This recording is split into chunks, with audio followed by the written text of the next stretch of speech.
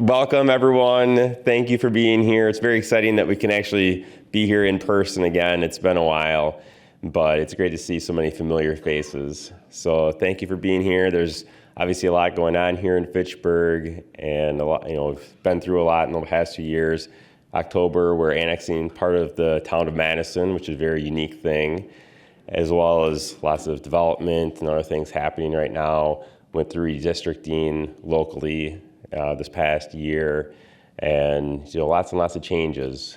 I feel very fortunate to have businesses like Promega here in the city. They continue to expand and be great citizens here, provide a lot to the community. So, thank you for having us, Promega, as well. I don't know if there's anything specific people would like me to talk about, but really just wanted to thank you for being here and welcome you. So, I don't know if you want me to take any questions or not, Alan, but otherwise I can. Okay. If anyone has any questions anyway, you don't have to have any questions, but happy to answer any questions that you might have about things happening here in Fitchburg. That's okay too. All right, and should I turn it back over to you, Alan, or? All right.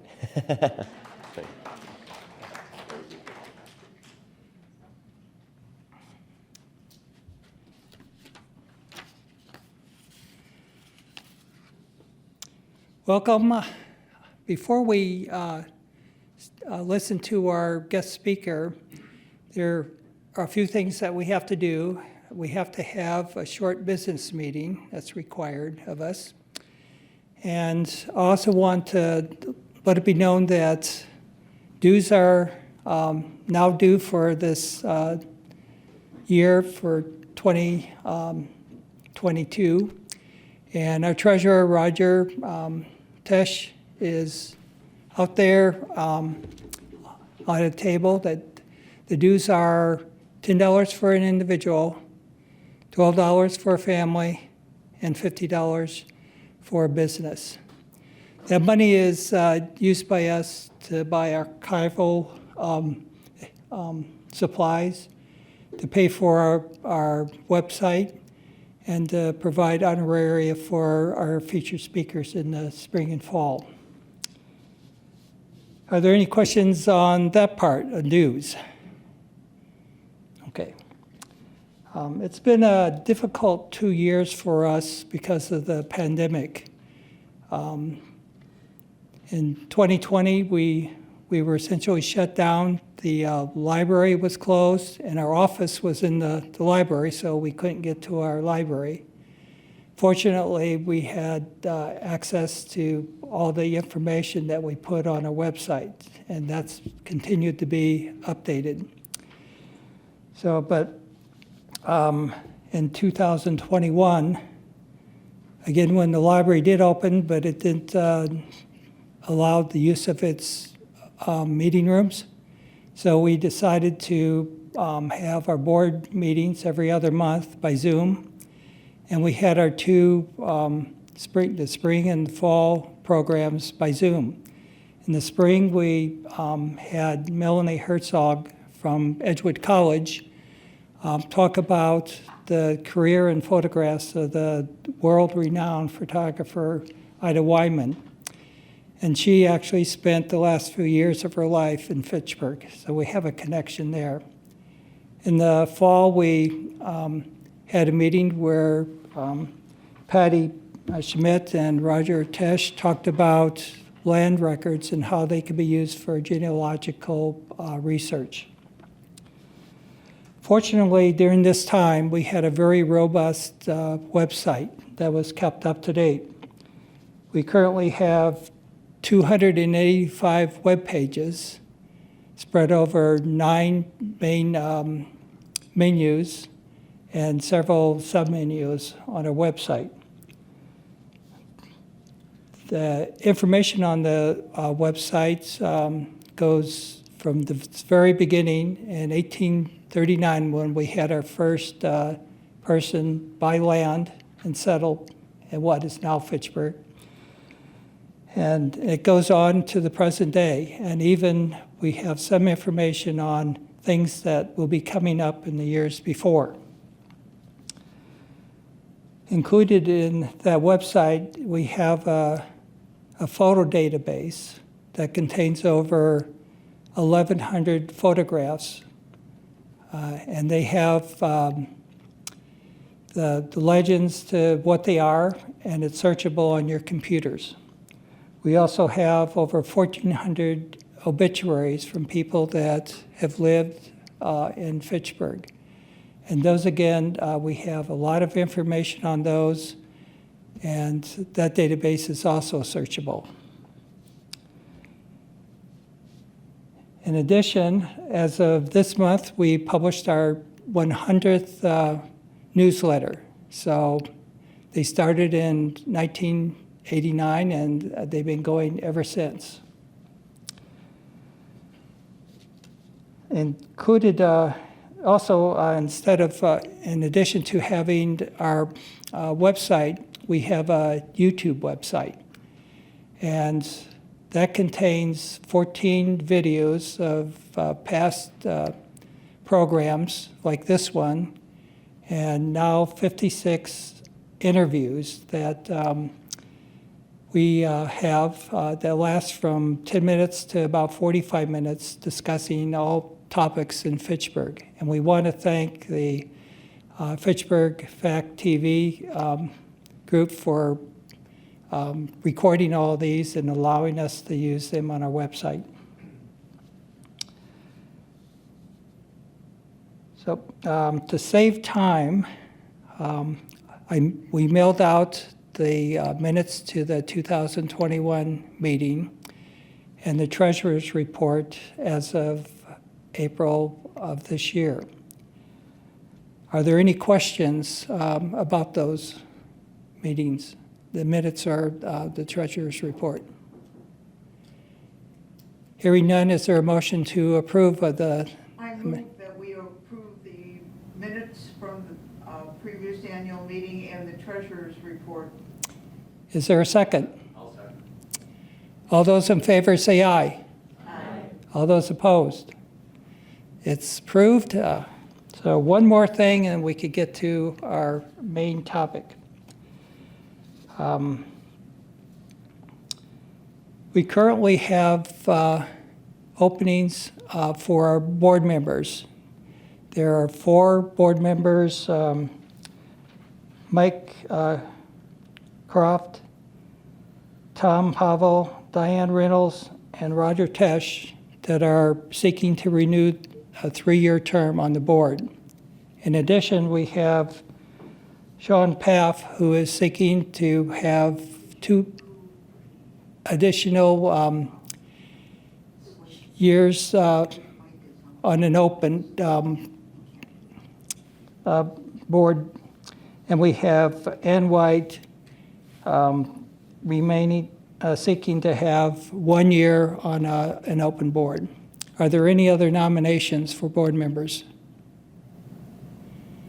Is there a motion to approve the 6 nominees for board seats? I move we approve the 6 nominees for the board as stated by yourself. Is there a second? All those in favor, say aye. Aye. All those opposed? The 6 board members have been elected. Now it is my pleasure to introduce Sean Paff, who will introduce our featured speaker for today.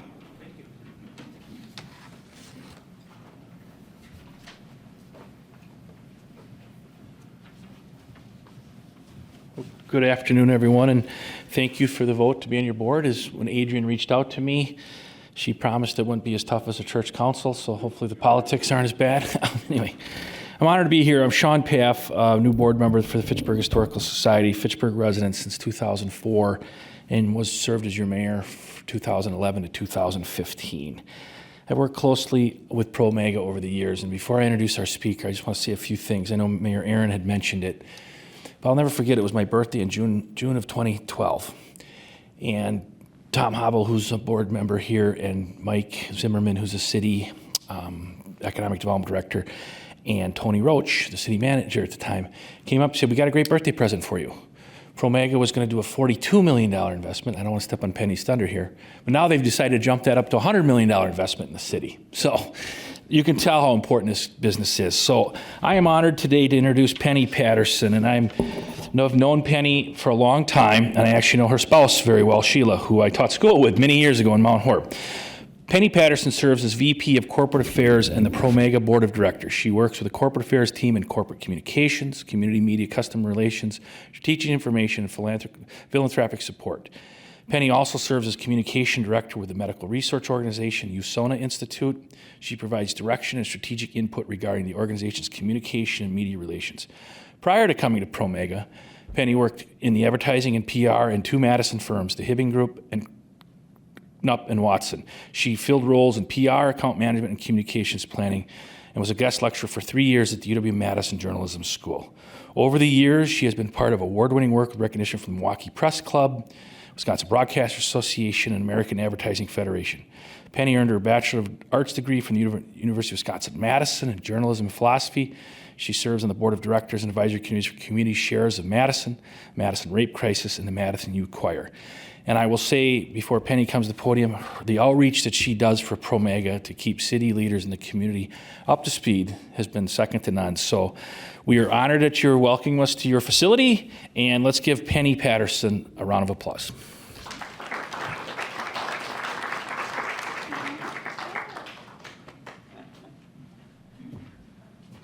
Wow, that was nice. Thank you, Sean. And thank you for coming out today. What a beautiful day. And I'm glad you could spend a little bit of it here at Promega. I'm curious, before we get started, just sharing a little bit about Promega, how long some of you have been in the Fitchburg community. I'm sure you've seen a lot of changes over the years. What are some of the numbers? I'd love to hear. Bill doesn't count because he's been here since the Civil War. Okay, so that one doesn't count. 85, 75? 67. 67, you've seen a lot, yes. Born here in 57, moved to Oregon. Migrated and came back. Fitchburg in 2007 or so. Okay, so come and gone, yeah. We, that's similar to, you're a boomerang citizen. We have employees, sometimes they leave and then they come back. We call them boomerang employees, so yeah. Yeah, a lot of history. You know a lot of history. No wonder you're in this organization, right? Yeah. Well, think about if there's anything in particular that you wanted to know about Promega, you're curious what goes on behind the doors, happy to try to address that. Full disclosure, I am not a scientist, so there are a lot of those sciencey things I can't answer, but hopefully enough to share what we do. So I thought a little bit of high level what we do, how we over the years have integrated with community, and how we support our employees. So, and then a little bit, if we have time, on COVID, sort of what we did with COVID. And I do have my watch here that I'm keeping an eye on. Will folks be interested in doing a tour of Kornberg afterwards, just to get a show of hands? Is anyone, it would be walking over to the Kornberg? Yes, okay. Walking over to that facility, and we'll check it out. We've got a team here to take us over. So with that, I'm just going to jump right in. You always get the standard corporate highlights slide, don't you? Started in '78, so some of you were here before Promega for sure. The thing I'd just like to do is a shout out to the UW-Madison as well. That founding 1978 was Bill Linton, who was our CEO and founder. He was a pharmaceutical chemistry student at the time at the UW-Madison. And he came up with this idea to make tools for researchers who were working in molecular biology. And the particular tool he said he could make was an enzyme, something that cuts DNA. And that's as sciencey as we get. Don't worry, it won't go any further than that. But he said, you know, if I make this for you, then you don't have to make it for yourself, because that's what was happening. Scientists were fashioning a lot of their own tools before they were running their experiments. So Bill said, I can make you a pair of DNA scissors that'll work the same every time, and there won't be any variability. And so with that, he began to make tools. And he went to the guy who was the head of the lab, the PI at the lab, and he said, I've got this idea. I kind of want to make these enzymes for everybody, and I'd like to sell them.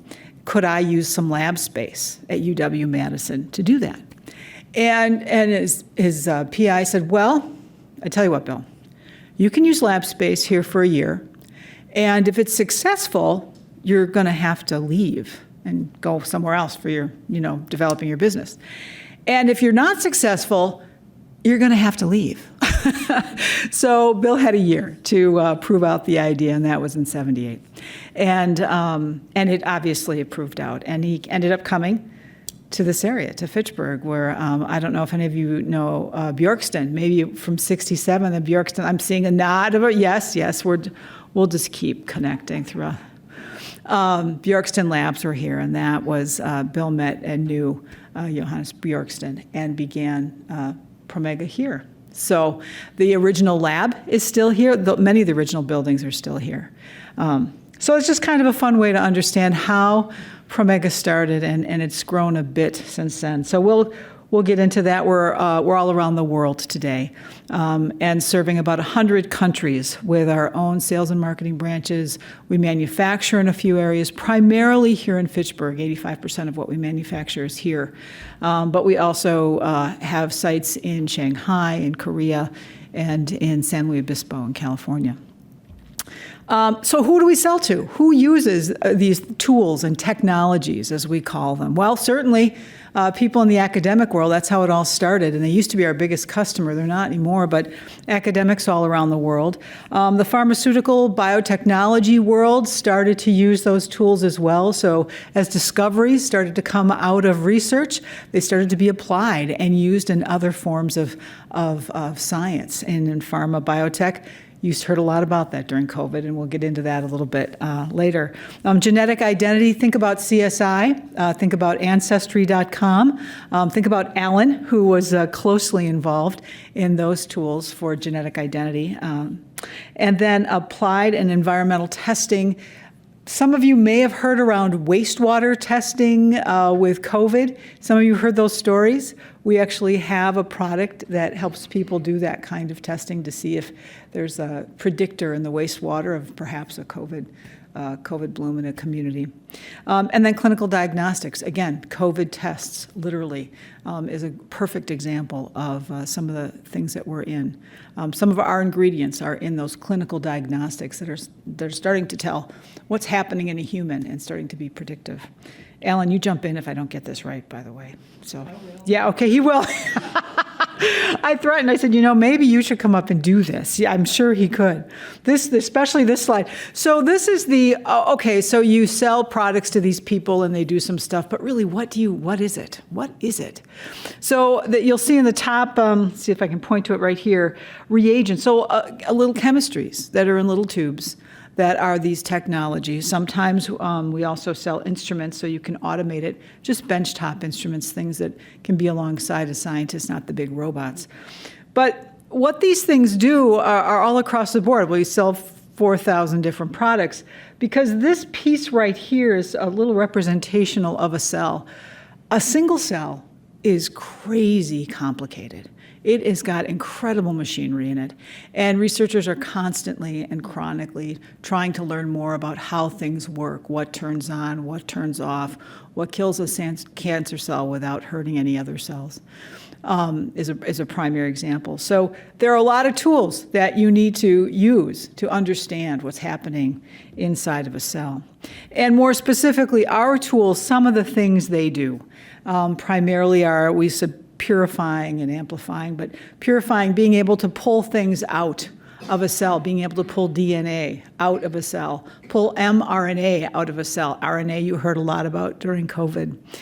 Pull the pieces out. Another thing they do is often they're watching, observing. We use something called bioluminescence technology based on the firefly, bioluminescent shrimp. It's a technology, it replaced a lot of radioactive technologies, and it helps scientists see what's going on in a cell. Sometimes it helped them understand what happened after an experiment, but more and more they're able to watch real time. What's happening in life inside of a cell. I know, mind-blowing, right? And then analyzing. I'm sure this last image looks familiar to Alan. This is showing a DNA analysis. It's something, obviously, we talked about before, used in forensic study a lot, and was used, some of our early products were used during the 9/11 tragedy as well. And so we are applied all around the world. Could talk a long time about that. As we keep going, so we've grown a little bit from those first buildings. They were up, let's see, I think I can point to them. They're up in this area right here. This is actually the very first building called the Upper Lab. But you can see there are other places where we've gone to. We are sitting right here. There we are, wave. And some of our other buildings. The Feynman you'll see in a minute. Kornberg is what we'll tour today. We also have buildings over here on Nobel and off Kepler, which is logistics and product finishing. So over the years, since '78, we've grown quite a bit. You can actually go to this map on our website in the About Promega section. It is an interactive map, and you can click on the different areas and learn a little bit more and see inside some of these buildings. And this is a chance to see inside the Feynman building, which we're not going in today, but we do have a little quick video to explain a little bit about it, so I'll give that a go. Welcome to the Promega Feynman Center. This manufacturing facility opened in 2014 to serve the emerging need for cGMP manufacturing and provide plenty of capacity for the future. It was fitting to name the building after physicist Richard Feynman, who not only won a Nobel Prize, he saw possibilities in science before they were emerging. This facility was designed to be ready for the technologies we have yet to imagine. The Feynman Center is comprised of two distinct spaces, the Crossroads and one of Promega's manufacturing operation centers. Promega has a history of creating spaces that integrate with the environment and bring the outside in. The 52,000 square foot or 4,800 square meter Crossroads area within the Feynman Center is a perfect example of that practice. The aptly named Crossroads provides a unique opportunity for employees across the campus to meet or unexpectedly intersect throughout the day. Built with sustainability in mind, the space brings in abundant natural light, holds the glacial erratic boulders pushed to the land over 10,000 years ago, and uses a combination of straight beams and curved arches that create flow, ease, and a creative, productive, and healthy working environment. As a cGMP facility, design and flow are critical to maintain the integrity of our products. Feynman Center shows how a typical in vitro diagnostic reagent is produced, dispensed, kitted, and quality controlled. This truly unique and state-of-the-art facility coexists with the surrounding landscape and provides a productive, creative, and healthy working environment for team members and visitors alike.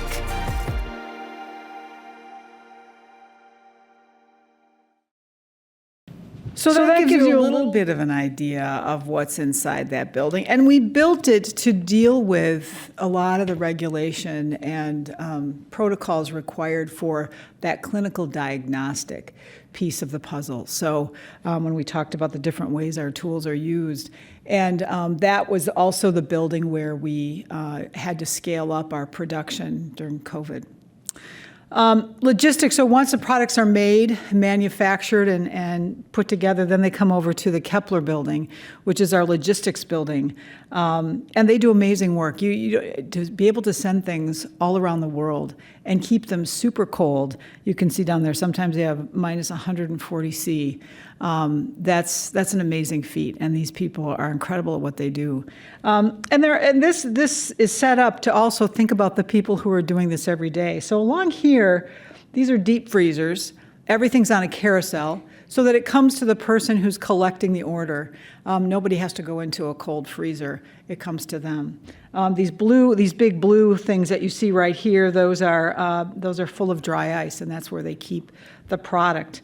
Over here as well, often when you have to get to some products, you can see this is vertical storage. So again, they can bring products down to them when they need it. Of course, there's a guy over here going to the products. So sometimes they go both ways. But that facility right now is under construction. We build everything with the idea of the future. So long-term thinking is a critical part of the sort of approach and rhythm of Promega. So when this building was built, we anticipated, well, if we need to grow, let's build it so we can. And we are. So that one side is extending out right now. that mindset also is what gave us, I would say, a bit of a leg up in being able to respond quickly to the COVID crisis. So in addition, once people get their products then, they're supported. The teams who support scientists out in the field answer questions. How do I use a product? We get many calls for people who want to know how to use the competitors' products. We get those calls too, and we answer them. Our technical service team has a policy that we don't stop helping you until we've both agreed the problem's been solved or it can't be solved. But it's a mutual agreement before we walk away from that. Also, it's a minor point on the slide, but it's a big part of Promega is our custom business. More and more, we're creating customized products. It could be a particular tool. It could just be a unique quantity of a particular tool for scientists today. So I want to jump a little bit into how we integrate with community because it comes in a lot of flavors. It comes in thinking about the environment around us. The Kornberg building that we'll be visiting next is one that was it was built in a way that tried to be very thoughtful about the world around it and how we use energy. This building, if it were built on a more traditional style, would use about 65% more energy than the one we have today. So it saves energy right out of the gate. I'll point out one thing, and we'll talk about it more when we get there, but this is just kind of a fun little thing. So it's a unique construction. It's called this, you see this says double skin facade. That means that a lot of this building is like a thermos. It has two walls. And while in some ways that might seem wasteful, the ability to insulate and regulate is so efficient. It's not a technique that's used a lot in the US, but it is used a lot in Europe. And we learned from our German colleagues. It also allows us to do things like open windows, which whoever opens a window in a commercial building, but you'll see that as well. So we'll talk more about that when we get there, but you can see there are a number of sustainable practices as we think about integrating into community. When the first R&D building was built it was around 88, 89, they tried to be thoughtful, but they didn't have as much technology then, tried to bring more daylight into the building, made sure that the building didn't cut the tree line, things like that just made it a little more integrated into community. Other ways we integrate. So as the company grows and it needs to do things, it also thinks about community and how to incorporate community. When we brought in the Woods Hollow Children's Center in the early 90s, that program was not only offered to employees, but it was offered to community. Today, it's a 2/3, 1/3. 2/3 of the citizens, 1/3 Promega employees use the Children's Center. The BTC Institute also, which came up in about the 90s, that's a science education nonprofit that Bill had started. It works with children from middle school all the way to the UW Graduate Science Business Program. And it was the first program in the state to allow children hands-on experience in molecular biology. So it's since then about 100,000 plus students have gone through the BTC Institute programs. Promega in Action, is a newer program, maybe 7 or 8 years old, and it allows our own employees to give back as they wish. So they can have grants to have a full paid week of time to go into community in any way they want to give back. So that's something we do. As a matter of fact, that's our corporate affairs team in the lower right. We're at one of the local farms, actually, doing a little harvest for one of the food banks. And then the USONA Institute that Sean had mentioned earlier is one of the latest nonprofits that's come up from Bill, who is executive director of that as well. And then we have Terso, that was a spinoff that's in Fitchburg that was started at Promega, not as Terso, but had this unique inventory management system that you could just track what was in a freezer, what was in a cabinet, and it was really based on that. Anybody use the mobile pass system? Do you have that, or you remember that whole thing? The mobile, I'm like, a lot of blank stares. Okay. Never mind the mobile pass system, but it's an automated tracking method. And so the application of that inventory system was far greater than biotechnology. It's used in the medical world now. It's used in the dentistry world as well, I believe. And it tracks basically high-cost product so that you can always have storage. You know what you've got. You know what you need. So Terso has taken that concept and made it into a quite viable business. Overall, every once in a while we look at our impact in Wisconsin alone. Promega has about $1 billion impact in the state. And it's just an interesting thing as we do these assessments, taking a look at our vendors, about 50% of our vendors come within a 50-mile radius of Fitchburg. And that becomes meaningful for responsiveness, for relationship, and obviously for impact to local economy. I want to jump then to just quickly talking a little about our employees, because all of this happens because of our employees. And again, it was in the 90s, it was kind of an important time for Promega, but it was in the early 90s. I believe one of the board members had challenged Bill. He said, where's Promega going? What's going on with this? And what do you want to do next? And Bill, gave it some thought, and he said, really, the business is great, but what it's about are the people who make this business happen. Because as you can see, as science discovers, we keep following the discoveries and supporting those discoveries and growing with them. So to be able to say we're going to be about X would perhaps close the door to Y and Z and A. So we look at the people and how incredible they are and how they can imagine the unimaginable. And once you do that, it becomes possible. And so Bill said, this is a company about its people and supporting its people. And that's where we begin. And as a result, we try to do that. Always room for improvement, right? But a few of the things we do around employee support include self-awareness programs, something called ESI, Emotional and Social Intelligence. Not only understanding who you are, but who are you with everybody else, too, because the more we relate together, honestly and sincerely, the better everything is. Our work environment, our work, what we invent, how we feel at the end of the day. That, again, huge contributor to dealing with COVID. When you're in a crunch and you work with beautiful people, you're willing to work harder and do incredible things. Creativity, very important. We're always living in this world that's inventing, imagining, innovating. Have any of you been to the art shows when we had them pre-COVID? Couple nods. They're coming back. They're coming, yes, hands in the back of the room. Art shows, I think July, we're having our next art show, so stay tuned for that. Celebration, always important to celebrate our milestones of our employees, how long they've been at the company, their families, as well as beer. So we probably have one of the best Oktoberfest celebrations around. You get scientists brewing beer, and it's amazing. And wellness. I'll give you a little more detail on wellness. I don't want to go into all of them, but what we do around wellness up here, you see there's a little bit of an article on caregiving crisis is the headline. You know about maternity leave in companies, they all do that. Well, we do something called caregiver leave, because we appreciate that in life, it's not just when you celebrate having a child, but you need to be able to care for family in all sorts of circumstances.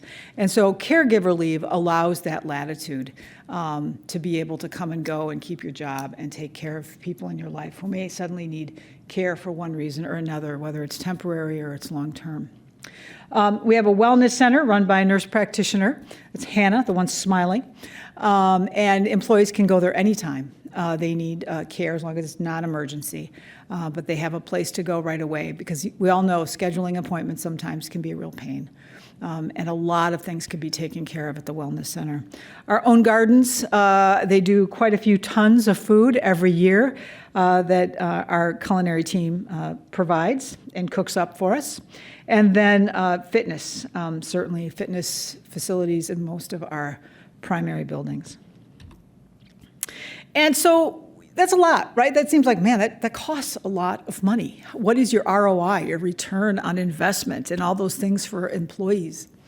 And the reality is we don't measure that, but we know a couple other things. We know our employees do amazing things. We know they create award-winning work and tools. We know we haven't had recalls. We haven't had a lot of the complexity of mistakes. We know our shipping accuracy is incredible. These people are concentrating every day on what they're doing. And a level of commitment that's amazing. Employee turnover rate is very low, especially relative to the market. And our leaders are people who have been with the company a long time with an average 18-year tenure in our leadership. So they bring the institutional knowledge and the company sensibilities to keep us glued together. So we feel investing in people is just, good for all of us. I do have, let's see, we have a little bit of time. I do have a little bit on COVID. I was going to just give you a quick video and a couple of quick points. Is that okay before we look at tour? Okay. I heard a please, so I will take it away. This is a quick video that'll give you a summary. We'll start there.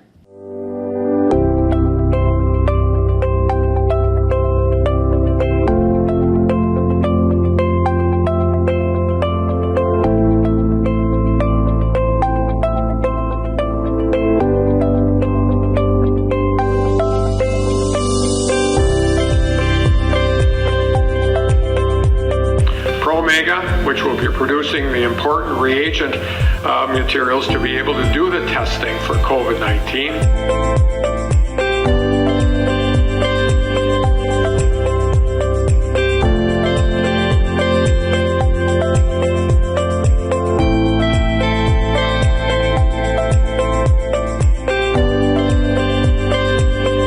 There has been a global effort in optimizing the methods and tools that enable the detection of the viral genes within wastewater systems. We initiated a project to detect antibodies against the SARS-CoV-2.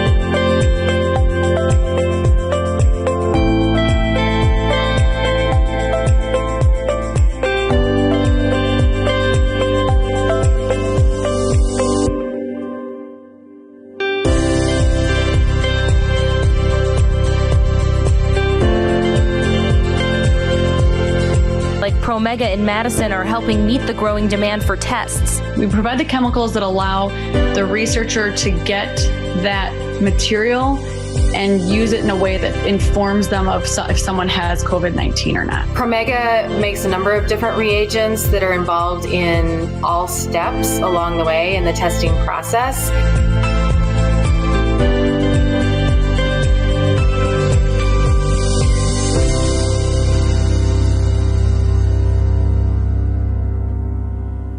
So that just gives you a quick peek at some of the things that happened at Promega during COVID. Closer to home, appreciating that we all needed each other and we all needed to just pitch in wherever we could. Promega also provided, its infrastructure to help in other areas that made sense. So we worked with the Wisconsin Department of Health Services, and just being one of the consultants, Epic and Exact were in that group as well in terms of figuring out how to get testing going quickly. One of the women you saw interviewed there, Sarah Mann, was a part of that committee. In addition, late in the game of COVID, Dane County schools wanted to be able to get COVID tests to the schools, but there was no infrastructure on delivery. They couldn't figure out how to get it out because it was a new game. And so we used our logistics system, those amazing people from that Kepler building you saw with the long runway and all the products. Those people know how to move product quickly and efficiently. And so they, for a couple of months, helped deliver all of the tests to the schools in Dane County till the school districts figured out how to make that happen. Worked with the city of Madison and their police department, vaccinated them. We had also, when we were doing it, I will say, we checked with Fitchburg. You guys were already ahead of it and working with the Fitchburg Community Pharmacy. But we did end up working with the senior center in vaccinating volunteers later.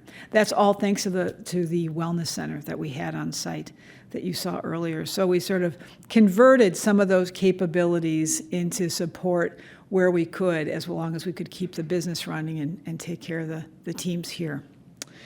So this is just a shot of some of the vaccination work that was done along the way. But that's pretty much, what I had to share for today. Would love your questions before we start looking at a tour. But a sentiment from Bill that came years and years ago, decades ago, and I think it still holds true today, is that, we don't look at quarterly statements. It's kind of the beauty of being private. To us, a quarter is 25 years, not 3 months. And as a result, the things that we look toward for success around what happens in community, what happens with growth, what happens with education, what happens with creativity. And those are the things that make a difference, we think, in who we are, who our business is, and what we share with all of you. So thank you so much for your time. Do you have questions? Yes, ma'am. Your organization started in 1978, the same year my daughter was born, so I know that you're 44 years old. Yeah.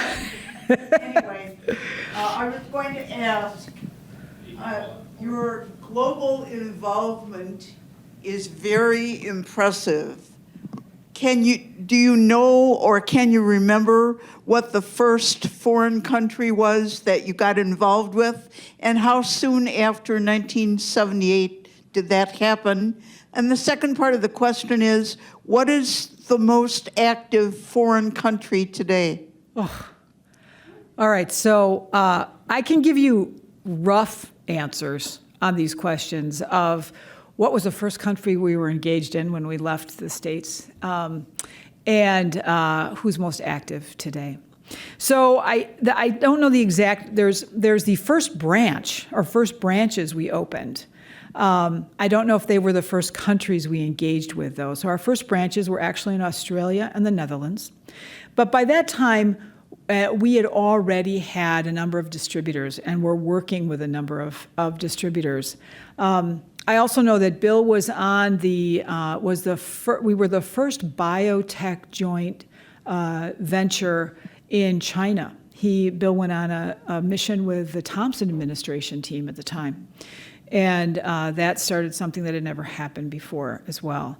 So those are some of the firsts. I couldn't tell you the first country, though. Alan, do you know? To put you on the spot? No? I'm just curious. Yeah, I'm not sure where our first internet, I'll find out though. Now you've got me curious. We're gonna do some digging. The most active country, overall, today about 50% to 55% of our sales are in North America. The rest are worldwide. So it's split between, if you think we serve 100 countries, it's sort of split between all of them. I would say of those, for us, some of the very active ones are Germany and the UK, but we work in all countries. So France and Spain and Italy and everyone has a contributing factor, as well as China, Japan, Australia, India. But I would say those might be Germany and UK are probably the top two countries. Thanks. You're welcome. What month was your daughter born, since we were like a part of the same year? March 3rd. Okay, so she's older than we are. We were born in September, so yeah. Quick question, Penny. Sean. Thank you for the presentation. First of all, cannot thank this Bill and Promega enough. The $1 million that he put forward for the library helped get the ball rolling, and I was fortunate enough to be there when we opened the library, and as Alan said, that's where our office is in the library, so that community commitment is second to none. Our slogan with the Historical Society is past, present, and future, and you did a nice job talking about the past and the present with Promega in Fitchburg. Where do you see the future? Where do you think, you've got a lot going on here, a building opening up over by Sub-Zero over there, and all kinds of things. And why Fitchburg? You could go other places in North America. I know you have a lot in California facilities, but why did you guys decide to double down here probably 8-10 years ago? And where do you think the future will end up? Right. Well, I think in terms of future, the quick answer is I don't know. But it comes with a very grounded philosophy in following the science. So as it gets applied to more and more places, we'll follow that. And the thing we're very grounded in about the future is that it's coming and we'll be ready for it, which means, and this sounds kind of vague, but it means when we build buildings, we build them with space to grow. So we have something called white space or frontier space in our buildings. So you'll find places in some of the newer buildings that are just still down to the studs. We don't know what we're putting there yet, but we know something's coming and we want to be ready to flex to it. Same thing with the Kornberg building that you're going to be touring. We expect these buildings to stand 100 or 200 years. And so the utilities and the mechanics that come into Kornberg, there's a tunnel that was built so that someday they'll have to be replaced. So we want to be able to replace them easily with whatever comes next. So we appreciate it's bigger than any one of us. It's bigger than any particular technology or any particular moment in time. You saw how complicated that little cell is. There's a lot left to discover and apply in our world today to improve our life. And so that's kind of what we're ready for. We stayed in Fitchburg for a whole host of reasons. Fitchburg's been a fabulous city partner and development partner for Promega, working back and forth and being open to the idea of, you know what, we need to build a little bit bigger so that we're ready for the future. We'd like to trench underneath the road so that we can have, stormwater ready to plug in when we build on the other side, but that wouldn't come for another 20 years. But Fitchburg has always been a great partner in thinking about, we got to think about growth, and we have to do it in a way that thinks about community. Restoring the prairie swale, spending a little more money to go around a tree as opposed to over it.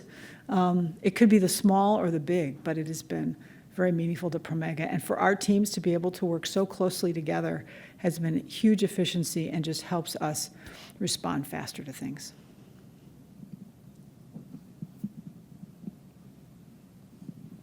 Mayor. A couple of things that I just Yes, wanted to sir. add. One, the art fair is August 20th, Saturday. Mark your calendars. Thank you. You're welcome. And I've talked to vendors there who actually like that better than Art Fair on the Square. They actually do better in sales here than Art Fair on the Square, which I thought was interesting. And then you talked about sustainability. One of the things, too, that really shows how you live that and how important that is that people don't really know is that as a city, we can only require new development to take care of 90% of the stormwater runoff of what was originally on that land. We wish we could make it 100% with the impacts on the environment right now, that it should be that. But Promega actually goes above and beyond and spends extra money to go over 100% of the stormwater. Usually it's like 102% roughly. And that's just because they live those values and that's so important to them. And that's something that I appreciate and I don't think gets talked about or appreciated by others as much as it should, because to have you go above and beyond because of the impacts on the environment, I think is a wonderful thing. So I know you talked a little bit about sustainability and environmental impacts, but that was one thing that I think really speaks to those values. I appreciate that. Over at Kornberg, we do rainwater collection and use that gray water in the building. And then over at the place you talked about that's near Sub-Zero that Sean was referencing, the Chappelle Manufacturing Center, we actually use some of the stormwater and runoff for cooling systems for some of the manufacturing methods over there. So trying to make use. So thank you so much. Great to hear about Agora too. I ran into an artist not long ago and I said, so where are you showing? She goes, well, I show at the Agora Art Fair.